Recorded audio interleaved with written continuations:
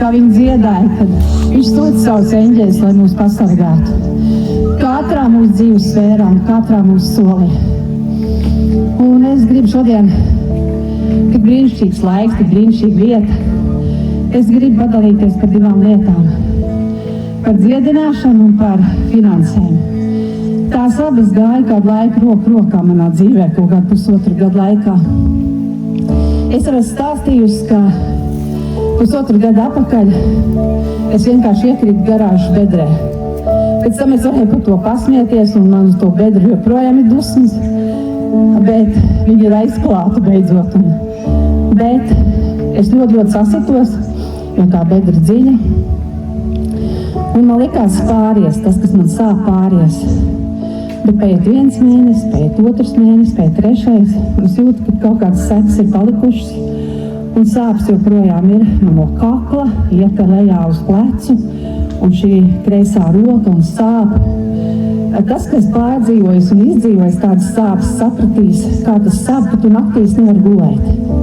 Tad, kad tu gribi pagriezties uz sāniem, tad tev jāņem otru roku palīgā, lai tu viņu var pārcelt. Bet tās sāpes bija neizturamas. Es dzēru pretsāpu līdzekļus, bet arī tas ar laiku vairs nelīdzēja.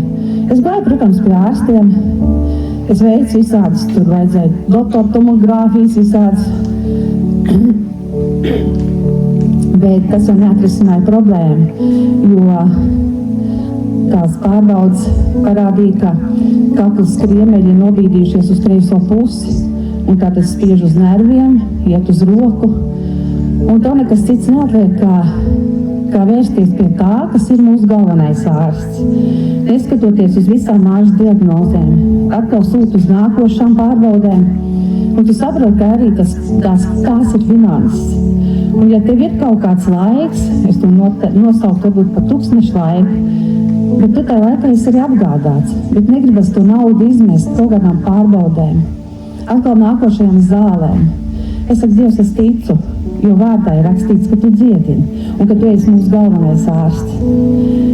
Tad pagāja vēl kaut kāds laiks, turos pie ticības, es lūdzu, paldies Dievam par brāļiem un māsām, kas ir draudzē. Tad, kad man sāpēja, viņi lika rokas virsū un lūdza. Labi, nenotika uzreiz brīnums tajā brīdī. Citreiz mēs gribam, lai tas notiek uzreiz. Bet es ticēju, ka būs pienāks tā diena, kad es saņemšu savu.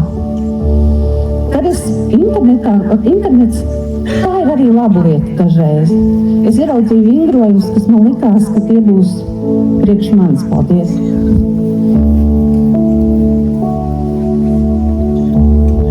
Tie, kas man par spēkam, tie, kas man patīk.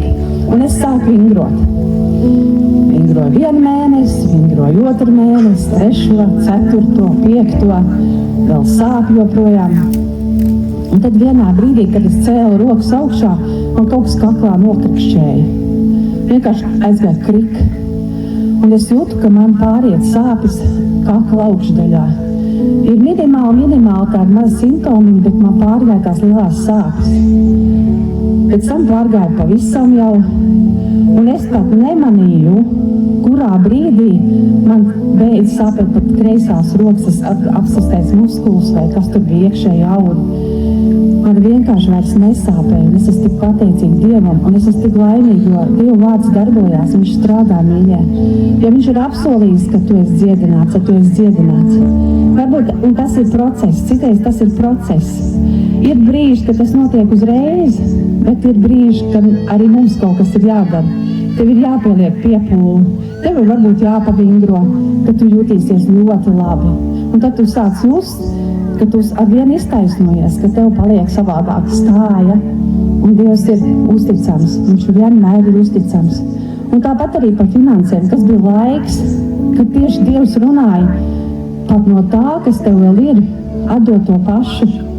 Zini, cik grūti ir atdot tad, uzticēties, atdot to, kas tev ir. Nākošais bija, kad tā kā tai atraitnei Saraptā, jūs zināt to stāstu, viņai bija tikai eļļas mazliet un milti.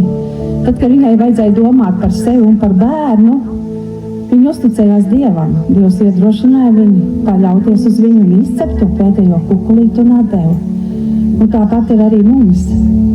citreiz neskaties uz acīm redzamo, bet skaties tālāk, jo Dievs rāda tālāk.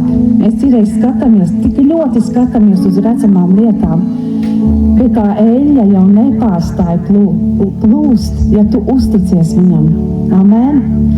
Un svarīgākais nav tas, ko es iemācījos, jo es ļoti daudz lietas iemācījos caur to, ļoti daudz, ka galvenais tavs ārsts ir Dievs, un ka galvenais tas, kas tev dod darbu, ir arī Dievs.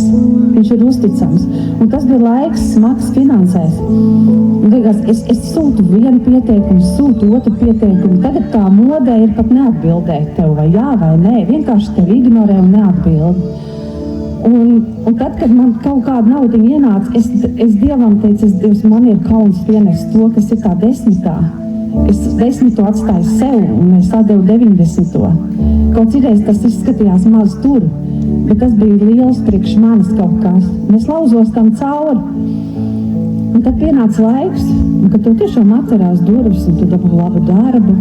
Un cik interesanti bija, kā pēc tam, tad, kad es dabūju darbu, atbildēja man arī tie, kam es gadu atpakaļ.